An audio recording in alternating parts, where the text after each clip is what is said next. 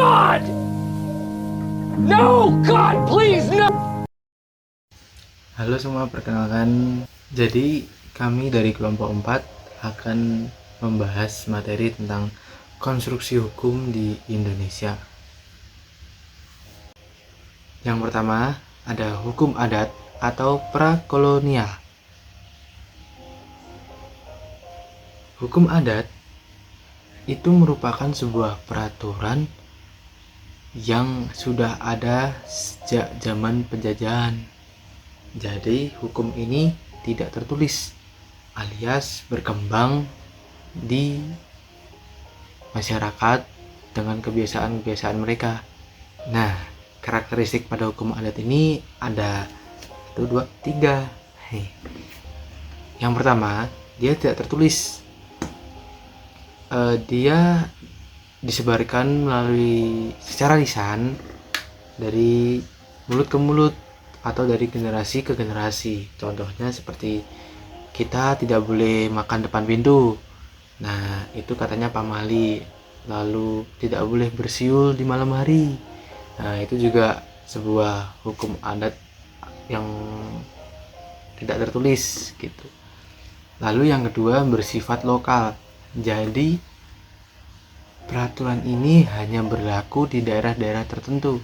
Contoh yang ada di Yogyakarta itu ada ketika kita bertanya kepada seseorang di jalan, lalu kita menggunakan motor ataupun mobil, kita harus mematikan motor tersebut atau kendaraan yang kita pakai, lalu kita turun dan bertanya kepada orang yang ingin kita tanyai. Karena itu sudah menjadi adat istiadat di daerah Yogyakarta. Belum tentu adat ini berlaku di kota-kota besar seperti di Bandung ataupun Jakarta. Lalu yang kedua bersifat restoratif. Jadi restoratif ini adalah fokus pada penyelesaian konflik melalui musyawarah untuk mencapai kedamaian, bukan hukuman yang bersifat represif. Lalu yang kedua ada masa kolonial atau hukum kolonial Belanda. Jadi sebelum datangnya VOC dan belum ada penelitian tentang hukum adat, semasa VOC kita menggunakan politik opportunity dari Belanda. Yang berarti para penjabat Belanda itu yang mengurusi negara jajahan, yaitu kita Indonesia, untuk menginstruksikan kepada jenderal pemimpin pada daerah jajahan masing-masing dan menerapkan hukum Belanda di Indonesia pada tanggal 1 Maret 1621 yang baru dilaksanakan pada pemerintahan De Carpenter yang telah melakukan penelitian serta menyimpulkan bahwa hukum adat Indonesia masih hidup. Nah, pada zaman Raffles pada tahun 1811 hingga 1816, zaman ini Gubernur Jenderal dari Inggris membentuk Komisi Mackenzie atau suatu panitia yang tugasnya mengkaji peraturan-peraturan yang ada di masyarakat untuk mengadakan perubahan-perubahan yang pasti dalam bentuk pemerintahan yang dia pimpin. Pada tanggal 11 Februari 1814 dibuat peraturan yaitu Regulation for the More Effectual Administration of Justice in the Provincial Court of Java, yang isinya yang pertama itu ada residen menjabat sekaligus sebagai kepala hakim. Yang kedua, susunan pengadilan terdiri dari residen court, bupati court, dan division court. Yang ketiga, ada juga circuit of court atau pengadilan keliling. Dan keempat, yang berlaku adalah native law dan unchained custom untuk bupati skor, dan untuk residen atau orang Inggris memakai hukum Inggris. Selanjutnya, saya akan menjelaskan di masa kemerdekaan pada tahun 1945 sampai sekarang. Setelah proklamasi kemerdekaan pada tanggal 17 Agustus 1945, Undang-Undang Dasar Negara Republik Indonesia ditetapkan pada tanggal 18 Agustus 1945. Nah, UUD ini menjadi sentral utama peraturan perundang-undangan di Indonesia. Di masa Orde Lama, tepatnya pada awal kemerdekaan, pemerintahan berdasarkan pada Undang-Undang Dasar 1945 semata. Jika dijabarkan, sistem pemerintahannya itu sebagai berikut. Yang pertama, Indonesia adalah negara yang berdasar atas hukum. Yang kedua, sistemnya itu konstitusional. Yang ketiga, kekuasaan negara tertinggi itu di tangan MPR. Dan yang keempat, presiden ialah penyelenggara pemerintah negara tertinggi di bawah majelis. Yang kelima, presiden tidak bertanggung jawab pada DPR. Yang keenam, menteri negara ialah pembantu presiden dan tidak bertanggung jawab kepada DPR. Dan yang ketujuh, kekuasaan kepala negara tidak terbatas. Kemudian, pemerintahan masa Orde Baru itu dipandang sebagai tindakan koreksional atas pelaksanaan UUD 1945 yang menyimpang di masa Orde Lama. Salah satu tindakannya yang relevan dengan politik hukum adalah diterbitkannya Ketetapan MPRS nomor 20 MPRS tahun 1966. Dalam ketetapan ini dicanangkan struktur secara komprehensif dengan menjadikan Pancasila sebagai sumber tertib hukum Indonesia. Dalam sumber tata hukum di Indonesia, Pancasila dijadikan sebagai sumber dari sumber hukum. Kemudian di reformasi, sejatinya dipandang sebagai tindakan koreksional terhadap pelanggaran Orde Baru yang ternyata menyimpang dari Konstitusi UUD 1945. Di era ini, susunan tata hukum Indonesia semakin banyak dan beragam. Hal ini dipengaruhi oleh kebutuhan rakyat atas hukum yang semakin meningkat, adanya kompleksitas persoalan, dan target kerja DPR untuk menjalankan fungsi legislasi. Selain perubahan tata hukum di Indonesia, politik hukum di masa reformasi ini juga ikut berubah. Perubahannya mengarah kepada sistem hukum yang lebih terbuka dan demokratis. Yang keempat yaitu hukum modern. Sistem hukum Indonesia saat ini adalah kombinasi dari berbagai sumber hukum, yaitu yang pertama hukum adat. Ini masih diakui dan diterapkan dalam aspek-aspek tertentu seperti hukum agraria.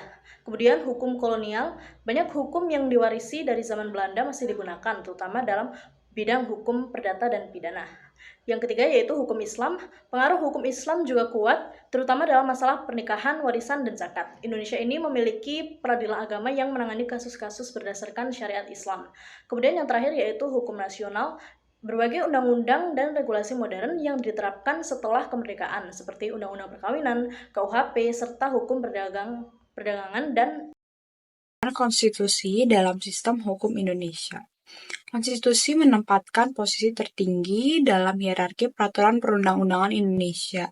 Artinya, semua peraturan di bawahnya, seperti undang-undang, peraturan pemerintah, peraturan daerah, hingga keputusan presiden harus tunduk dan tidak boleh bertentangan dengan konstitusi. Jika ada peraturan yang bertentangan dengan UUD 1945, maka peraturan tersebut dianggap tidak sah dan dapat dibatalkan. 1945 menjadi rujukan utama dalam penyusunan semua bentuk peraturan perundang-undangan di Indonesia. Hal ini menegaskan bahwa konstitusi adalah hukum tertinggi yang tidak boleh dilanggar oleh produk hukum apapun. Selanjutnya ada tantangan penegakan hukum. Yang pertama ada korupsi. Praktik korupsi masih menjadi masalah besar, merusak integritas lembaga hukum dan kepercayaan masyarakat. Selanjutnya ada kurangnya transparansi. Berarti kurangnya keterbukaan atau akses publik terhadap informasi mengenai proses hukum yang sedang berjalan. Contohnya ada informasi mengenai kasus hukum seringkali ditutup untuk publik. Kedua ada proses yang tidak jelas atau masyarakat sulit memahami prosedur hukum yang berlaku. Yang ketiga ada putusan hukum seringkali tidak disertai dengan penjelasan yang cukup. Selanjutnya ada kendala di lapangan. Yang pertama ada kendala struktural, contohnya peraturan perundang-undangan. Banyak peraturan yang saling bertentangan atau tidak sinkron membuat penegakan hukum menjadi rumit atau tumpang tindih. Selanjutnya ada sarana dan prasarana, contohnya fasilitas yang kurang memadai. Kantor polisi dan pengadilan yang kondisinya memprihatinkan. Selanjutnya ada kendala kultural. Yang pertama ada kesadaran hukum yang rendah. Banyak masyarakat yang kurang memahami hukum dan hak-haknya. Selanjutnya ada budaya kolusi dan nepotisme. Praktik ini masih sering terjadi dalam penegakan hukum. Ya, baiknya berikut saya akan menyampaikan tentang reformasi hukum. Beberapa reformasi yang telah diputuskan. Contohnya seperti satu, reformasi perundang-undangan. A. Amandemen UUD 1945. B. Pembaruan hukum pidana dan perdata.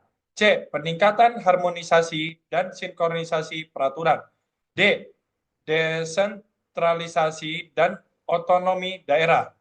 Yang kedua, reformasi penegakan hukum. A. Pemberantasan korupsi. B. Reformasi lembaga kepolisian.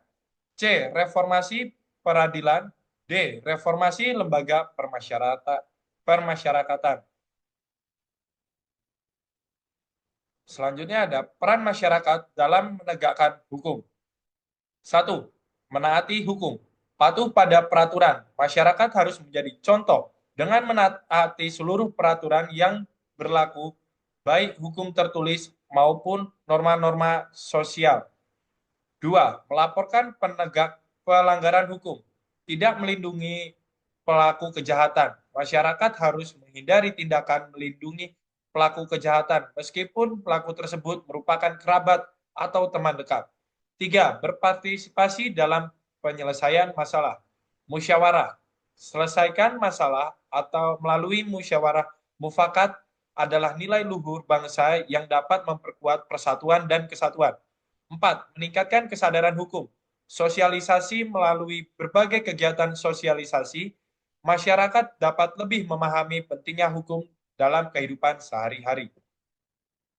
Studi kasus. Kasus korupsi EKTP 2011 sampai 2017. Kasus korupsi proyek kartu tanda penduduk elektronik EKTP dimulai pada tahun 2011 ketika Kementerian Dalam Negeri meluncurkan proyek pengadaan EKTP yang bernilai sekitar 5,9 triliun. Tujuan dari program ini adalah untuk menciptakan sistem administrasi kependudukan yang lebih terintegrasi dan mencegah praktik manipulasi data kependudukan. Namun, proyek tersebut malah menjadi salah satu skandal korupsi terbesar dalam sejarah Indonesia.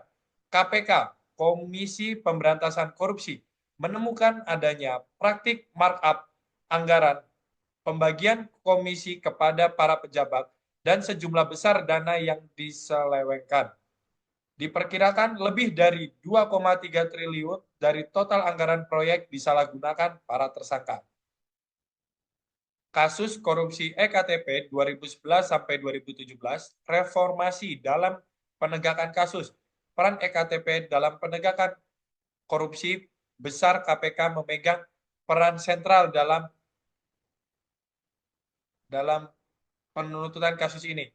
Penuntutan pejabat tinggi, penguatan Mahkamah Konstitusi dan pengadilan Tipikor, pengadilan tindak pidana korupsi, pemberantasan korupsi sistematis.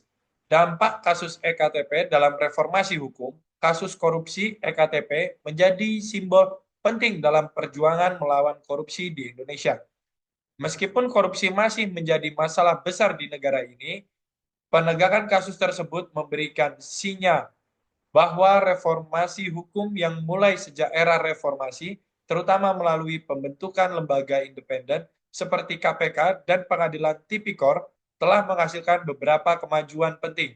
Upaya pemberantasan korupsi ini mengharapkan terus mendorong reformasi sistem hukum yang lebih luas di Indonesia, termasuk reformasi di sektor-sektor lain seperti peradilan, kejaksaan, dan kepolisian untuk menciptakan sistem hukum yang lebih bersih dan adil. Berikut adalah referensi-referensi dari kelompok kami, dan sekian, terima kasih. See you.